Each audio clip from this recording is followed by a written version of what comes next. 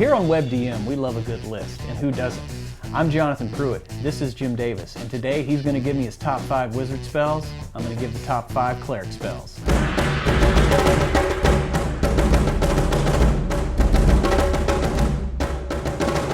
So Jim Davis, we're playing in a couple games right now. Oh yeah. Right now I'm playing a Cleric of Light. Yep. You're playing an Abjurer. Abjurer, yeah. Okay. So you got the wizard covered, I got the cleric. So give me your top 5 spells that you either have, want to have, or will have. All right. So I'd say my number 5 is going to be Absorb Elements from the new Princes of the Apocalypse book. I like it because it's really good defense against elemental magic. It's when you need it. Right. So instead of, say, casting it ahead of time, and it also lets you use your first level slots, even after they might have become a little irrelevant, or the spells might not be as good as your higher level. Sort of along with Shield, you just kind of like keep it in your back pocket in case you need it. Number 4, I think, is going to be Animate Objects. Yeah. Just because it seems like it's going to be really fun to animate a giant cloud of, say, daggers or short swords or rocks or something. And I don't know, there's just something about it, this edition, that seems really fun. It seems like I can get some good damage out of it, some nice control magic. So I'm looking forward to casting Animate Objects. My number 3 pick is going to be Glyph of Warding, particularly the Spell Glyph option. I think that this is the way that you get around the concentration restriction on most spells. Your one concentration spell. Your one concentration spell, using Glyph of Warding to set up buffs in like a home base or an area that you know you're going to be in for a long time. It would allow the party to kind of approach some of the 3rd edition levels of buffing. Not the same way, it's going to take a long time to set that up, and it's not guaranteed, but the spell glyph really lets you play with buffs, play with how the magic works.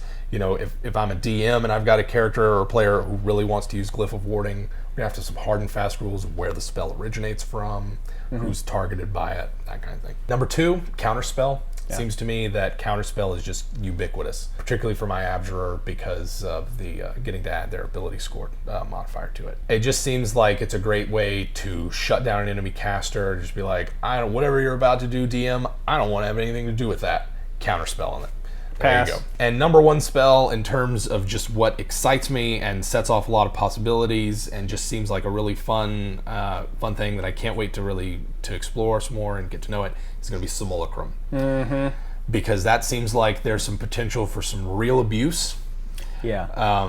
You want to break the game. You can. Yeah. And it's a spell that can break the game, and it's probably why I like it. Yeah. But it also can be a really handy spell of just like, we're about to go in somewhere and we need another bruiser. Yeah. Or we need another damage dealer, and it doesn't matter, I'm going to copy the Barbarian.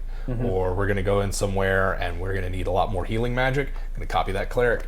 And even though they're not regaining their spells and they're kind of, they're less powerful, it's still an incredibly powerful spell. But they still have the same amount of spells. Whereas in past editions, it was like what? It was made at like 60% or 70% of the character. So if you're a 10th level character, you only get like a 6th level. Whereas now it's just like half hit points. Yeah, right? half hit points. They still get all their spells.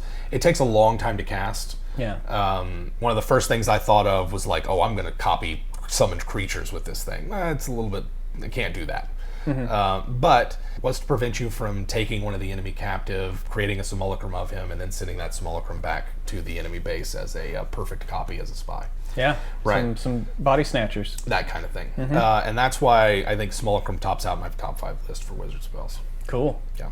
Good times. So your Cleric of Light there. My Cleric of Light. Kind of a badass. Yeah, Thanos of Mir. Yeah. Yeah, he's pretty awesome. This is like the spells I kind of just roll with. Yeah. And that I really enjoy. Right. First, we're going to do Aid, because it's no concentration, temp HP for up to 3 people. Yeah. Okay? Anything that gives temp HP, especially for a caster, that's healing that you don't have to cast. You're, in fact, adding money to your healing bank account, if you will. You know, you're increasing the balance going into a fight. Spiritual Weapon. Yeah. Because I like playing a more fighting-based caster. Right. Get in the mix, you know.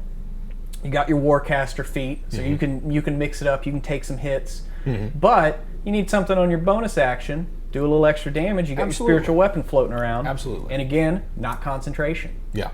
On my list is also Glyph of Warding, just because, I mean, you've already extolled the benefits of it. But in this case, you're talking healing glyphs. You're talking protections-based glyphs. Yeah, there's a lot you can do with that. Spiritual Guardians. Yes. Probably one of the best spells that we've discovered, like for mass combat with a lot of enemies on the board.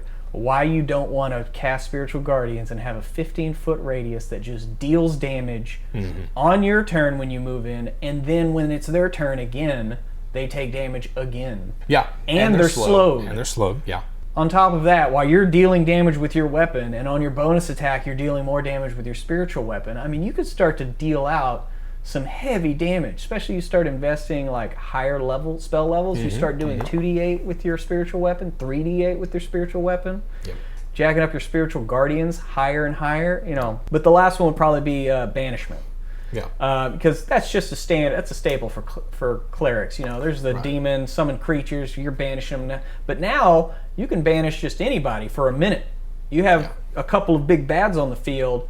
Well, let's just get rid of one of them for 10 rounds. Why don't we? A concentration list, if I might add. Or is it concentration? No, banishment is concentration. Okay, so you're using up one of your concentration You're using slots. up your concentration slot, but I don't mind concentrating on keeping one big bad out of the fight while everybody concentrates their activity on the remaining. And then you bring him back. Yeah. Once everybody we killed that guy in 7 rounds. Well, we have 3 rounds. I'm going to concentrate on this while everybody heals up. Yeah. Now we'll bring him back. And then you finish off the last guy. And a full minute is really a tremendous amount of time in D&D combat now. A lot of our combats don't last past 4 rounds. Yeah. 5 rounds at most. Yeah. There's a lot that goes happen. They're very quick. If you can last that long, hey, you know, get everybody buffed back up before you bring back in the other guy that you banished. Why not? I would say on the honorary list would be Beacon of Hope. Just because even though you're not healing, any healing that is done while that's up is max. Right. So, you know, everybody's kind of tore up a little bit. You fire off a Beacon of Hope. That way, you know, now your paladin can heal some people. You know, maybe you got a bard that has Cure Wounds. They're going to heal someone else, or they're going to do their... don't they have a song, or that just during a rest? That's during a rest. During a rest. But, you know, even if they're drinking a potion, max, you know, get the most out of it. You know, that Beacon of Hope, pretty awesome. That's your battle cleric. That's why, you know, rolling in there with his great sword flaming and tearing it up. Absolutely. So we have started Rise of Tiamat. Yes, we have. So obviously that means we finished Hoard of the Dragon Queen. Yes, we did. So I figured we could have a couple of minutes to talk about, have a hot DQ roundup. Hot DQ. What are your impressions? My impressions were that the people that wrote this game, and I don't remember their names off the top of my head, had a hell of a project in front of them. They had to create a game before the rule set was finally finished. They had to create a game that was going to be the premier flagship adventure for the rollout of D&D 5th edition. Okay. So the expectations on them are tremendous. Okay. The fact that they didn't live up to every single one of them in every way that I would want to is largely irrelevant, because they've got to please a lot of different groups. Yeah. But overall, I find that it takes a lot of work to make the adventures work. It takes a lot of prep work. It's probably better to look at Hoard of the Dragon Queen and Rise of Tiamat as a set of linked encounters that require filler to get from point A to point B. Yeah. That there's a lot of places in the game where the DM is expected to just sort of make things up, and they don't really tell the DM that. There's not as much hand-holding of the DM as there has been in other adventures. I've heard that the adventure that comes with the basic set is much better in that regard, but I've never played it myself. Overall, I would say I liked Hoard of the Dragon Queen. I thought it was interesting, and there's certainly a lot of really good ideas in there. I think I would do it differently if I was running it from the beginning again. Than kind of picking it up where you left off and sort of taking it in that direction and sort of finishing it as fast as we could. Right, yeah, because I mean, we started it and I was DMing, and then we all kind of petered out, and then you decided to take up the mantle and we finished it. Right. But yeah, definitely that opening battle in Greenest, you know, that should have been stretched out a little bit more to give you all more time to rest, because the amount of things they want you to do. Yeah, it's a little much.